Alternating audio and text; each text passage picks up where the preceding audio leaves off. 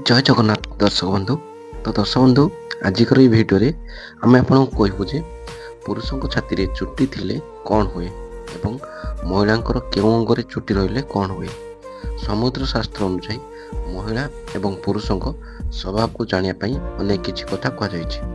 तो पुरुषों छाती को देखिले महिला माने महिला भितर लुचि रही कथा को मध्य जानी हुए। आमे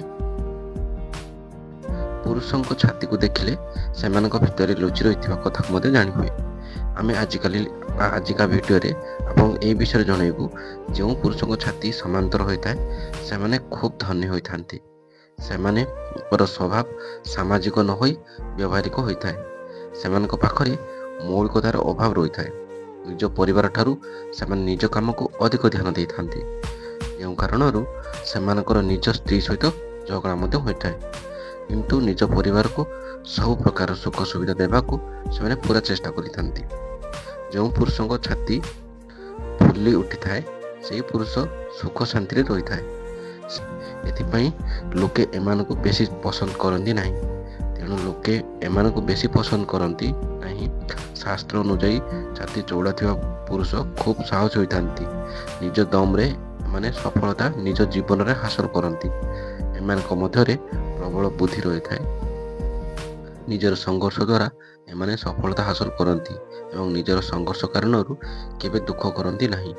कठोर स्वभाव थिबा पुओ खूब खुशी रे जीवन बिताती किंतु एमाने निज आगरे अन्य को तुच्छ मानि थांती किंतु एमानक पाखरे केबे टंकार अभाव होई न थाए। एमाने निज जीवन साथी को किछि भी भाबी न थांती। किछि अवगुण कारणरू लोके एमानक पसंद करती नहीं। समुद्र शास्त्र रे उच्च छाती थिबा लोकों को खूब दुर्भाग्य थिबा पुरुष माना जाए। एमाने रोगी होइथांती एवं एमानकु जीवन रे संघर्ष करिया को पड़ी थाए। कौनसी जिनिस को एमाने सहजरे प्राप्त करि पारंती नाही। एभली पुरुषों आर्थिक स्थिति मध्य ठीक रही न थाए तेणु एहाकु शुभ मना जाई न थाए। महिलांकर किछि अंगरे चुट्टी थिले शुभ होइथाए। जो घरे नकारात्मक थाए सही घरे धन संपत्ति खुशी अधिक दिन पर्यंत रही न थाए। सेमाने जो काम हाथ दियंती ता बिगड़ी जाए। तेरे जीवन केमिति चलीछि किंबा चलिबो ता हाथ रे रेखा मध्य जानि हेबो। ज्योतिष शास्त्र रे एही विषय विस्तृत भाव में वर्णना कराइछि। आज आमे सेही संकेत विषय रे अवगत कराइबु। शास्त्र अनुसार जो महिला केश घन एवं लंबा होता है सेमानंकु सफलता बहुत जल्दी प्राप्त होता है। सेमाने खूब भाग्यशाली होता। जो मैंने एभली महिला को विवाह करती से अनेक खुशी प्राप्त होता है। तो दर्शक बंधु आजिकार वीडियोटी आपको केमती लगिला भल लगे लाइक करूँ। आपन मतामत कमेंट जरिया निहाती दिंतु।